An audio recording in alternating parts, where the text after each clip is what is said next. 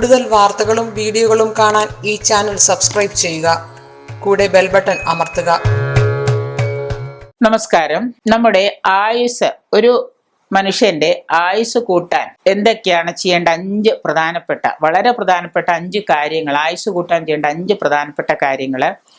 ഒന്നാമത്തത്, വൈകുന്നേരത്തെ പോക്കുവെയിൽ കൊള്ളുക. വൈകുന്നേരം നമ്മൾ പോക്കുവെയിൽ കുറച്ച് നേരം, അതാണ് ഈവനിങ് വാക്കൊക്കെ എന്ന് പറയും. മോർണിംഗ് വാക്കിനേക്കാൾ പ്രധാനം ഈവനിങ് വാക്കാണ്. ഈവനിങ് വാക്ക് വൈകുന്നേരമൊക്കെ നടക്കുക, കുറച്ച് സമയം നടക്കുക. അപ്പോൾ വൈകുന്നേരത്തെ പോക്കുവെയിൽ കൊള്ളുക. ഹോമകുണ്ഡം, ഹോമമൊക്കെ ഇടയ്ക്ക്, അതാണ് പറയുന്ന, ഇടയ്ക്കൊക്കെ ഹോമം കഴിക്കുക. ജപഹോമാദികളൊക്കെ നടത്തി അതിൻ്റെ പുകയേൽക്കുക.